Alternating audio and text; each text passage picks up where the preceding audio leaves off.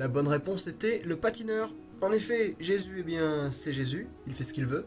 Ensuite, ce mec sur l'écran, il ne s'appuie pas vraiment sur l'eau en fait, il est juste très rapide. Et enfin, la réponse D est une blague qui ne marche plus. Donc le géry marche sur l'eau parce qu'il possède sur ses pattes des éléments hydrophobes.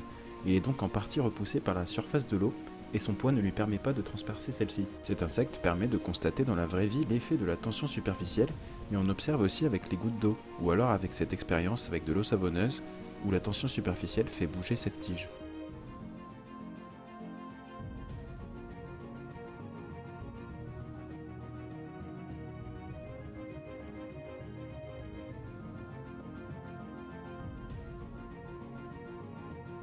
Mais que se passe-t-il dans l'eau pour obtenir cette tension superficielle?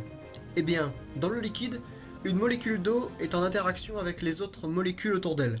Or, les molécules d'eau situées à la surface ont forcément moins de possibilités d'interaction. Pour maintenir l'équilibre des forces, on a l'apparition de la tension superficielle, qui s'applique sur toute la surface du liquide. Cette force est très importante dans l'eau, car les molécules d'eau ne sont pas neutres électriquement, mais la tension superficielle est différente pour chaque type de liquide. La tension superficielle dépend de l'énergie potentielle à la surface du fluide et à la surface libre de ce fluide. Or, il se trouve que pour que cette relation soit stable dans la nature, les fluides cherchent à minimiser leur surface. C'est pour cela que les gouttes ou les bulles ont une forme ronde, ou alors il faut que le liquide soit en présence d'un agent tensioactif.